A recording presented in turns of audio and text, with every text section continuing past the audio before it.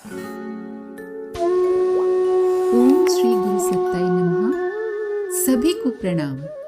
पिछले वीडियो में आपने सुना कि जब परम पूज्य गुरुदेव दादा गुरुजी की आज्ञानुसार सूक्ष्मीकरण साधना में चले गए, तब परम वंदनीय माताजी ने शांति कुंज में रहने वाले तथा बाहर से शांति कुंज आने वाले अपने बच्चों पर बहुत प्यार दुलार बरसाया और परम पूज्य गुरुदेव की अनुपस्थिति का अभाव महसूस नहीं होने दिया।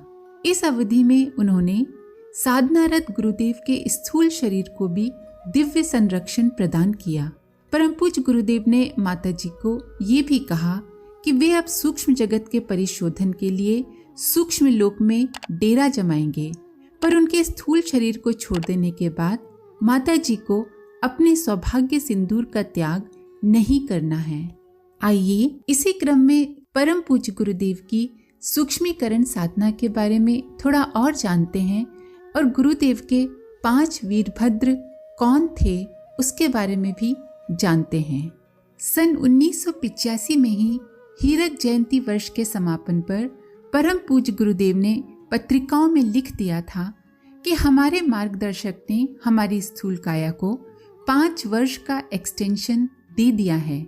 तत्पश्चात हमारा सूक्ष्म व कारण शरीर सक्रिय होगा एवं घनीभूत प्राण ऊर्जा के रूप में चारों ओर संव्याप्त होकर वो सब करेगा जो चमड़े की इस काया द्वारा संभव नहीं है। सूक्ष्मीकरण की एकाकी तप साधना पूज्य गुरुदेव के जीवन काल एवं मिशन के इतिहास का एक अति महत्वपूर्ण मोड़ है। इस अवधि में उनकी तप साधना सूक्ष्म रूप से 5 वीरभद्रों को क्रियाशील बनाने में लगी रही, पर लेखनी अखंड ज्योति एवं युग शक्ति गायत्री के माध्यम से हर प्रज्ञा परिजन के मन को सतत मथती रही। इसी दौरान सन 1985 का वर्ष उनके आयुष्य का 75वां वर्ष होने के कारण रजत जयंती वर्ष मनाया गया एवं इसी वर्ष अप्रैल 1985 में उन्होंने अपने जीवन के महत्वपूर्ण प्रसंगों पर पहली बार प्रकाश डाला। इन्हीं लेखों व सूक्ष्मीकरण साधना के अंतर्गत लिखे गए लेखों का समन्वित रूप उनकी पुस्तक हमारी वसीयत और विरासत के रूप में नवंबर 1985 में प्रकाशित हुआ। तुम्हें 1 से 5 बनना है।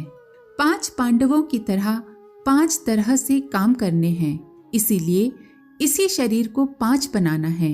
एक पेड़ पर 5 पक्षी रह सकते हैं। तुम अपने को 5 शरीरों में विभाजित कर लो। इसे सूक्ष्मीकरण कहते हैं। 5 शरीर सूक्ष्म रहेंगे क्योंकि व्यापक क्षेत्र को संभालना सूक्ष्म सत्ता से ही बन पड़ता है।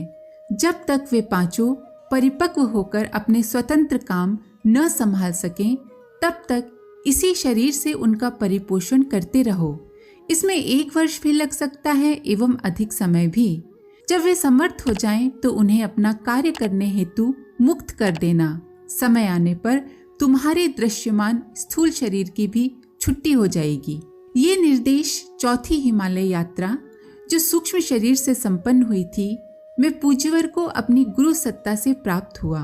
क्या करना है, कैसे करना है, ये सब हिमालय वासी गुरु सत्ता ने उन्हें अपनी परावाणी से समझा दिया। 5 शरीर को जो 5 काम करने थे वे इस प्रकार थे। पहला, वायुमंडल का संशोधन। दूसरा, वातावरण का परिष्कार। तीसरा, नवयुग का नवनिर्माण। चौथा, महाविनाश का निरस्त्रीकरण समापन तथा 5वां, देव मानवों का उत्पादन अभिवर्धन। उपरोक्त 5 कार्य पूज्यवर के 5 शरीरों के माध्यम से ही संपन्न हुए। इन्हीं 5 सूक्ष्म शरीरों को 5 वीरभद्र कहा गया।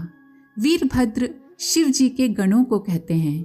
संक्षेप में 1984 में प्रारंभ हुई यह सावित्री साधना या सूक्ष्मीकरण साधना पूज्यवर के उस स्वरूप को दर्शाती है जिसमें वे विराट से विराटतम होते चले जा रहे थे। पूज्य गुरुदेव ने सूक्ष्मीकरण के इस गुह्य विज्ञान को और स्पष्ट करते हुए लिखा है कि इस प्रक्रिया में अपनी प्राण ऊर्जा को इतना प्रचंड किया जाता है कि उससे अपने ही अंतराल में सन्निहित 5 कोश इतने गर्म हो सके कि एक स्वतंत्र इकाई के रूप में उनकी सत्ता बन सके।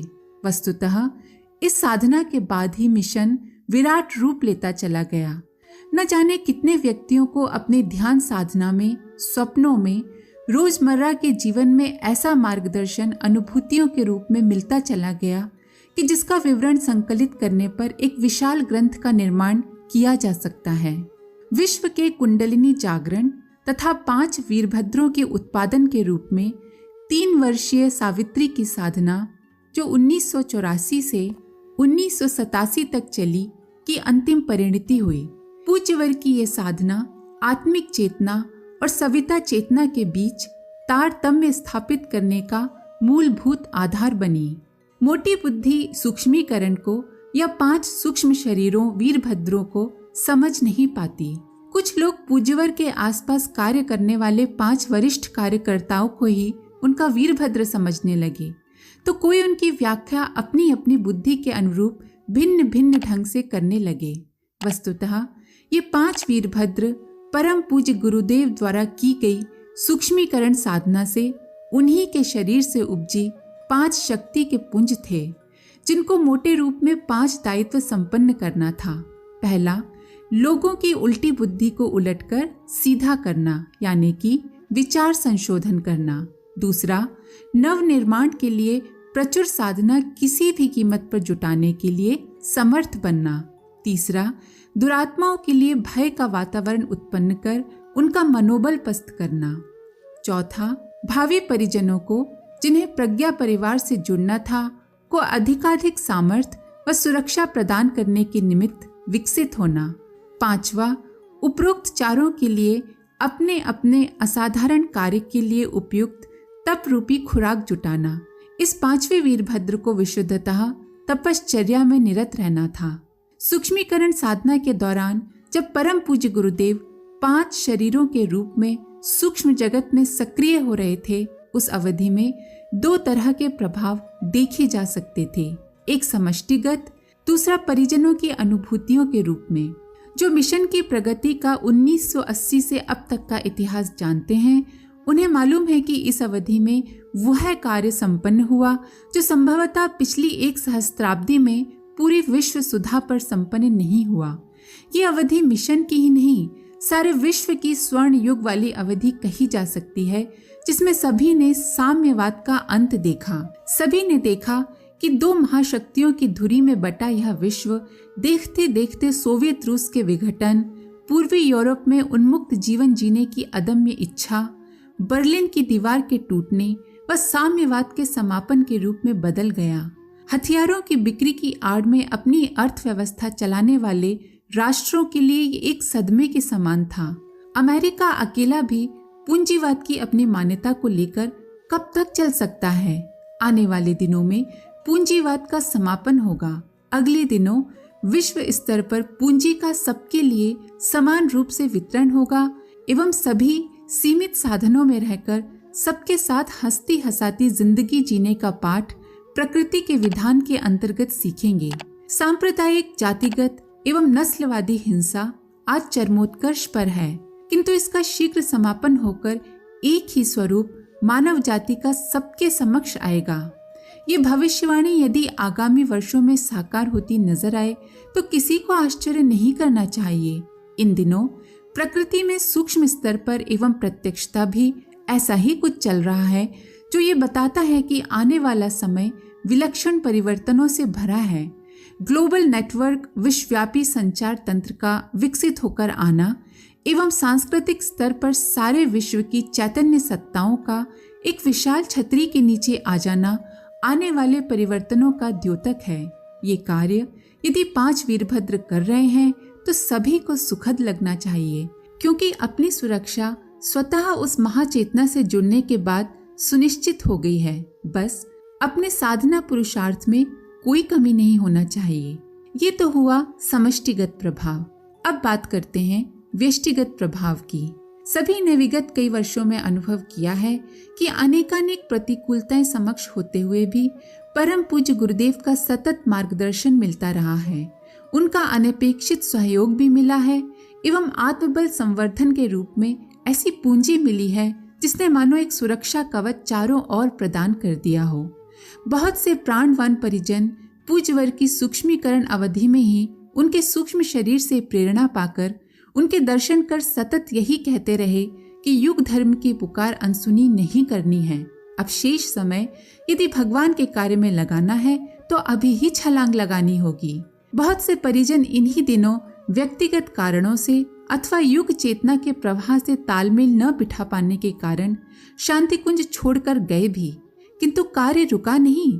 जितने गए उससे 3 गुना अधिक स्थायी कार्यकर्ता सुशिक्षित, प्राणवान एवं समर्पित आकर बस गए। नियमित रूप से समय देने वालों की संख्या इस बीच संस्कार महोत्सवों, श्रद्धांजलि समारोह एवं प्रथम पूर्णाहुति में उमड़ी समर्पित जनमेदिनी के रूप में देखी जा सकती है।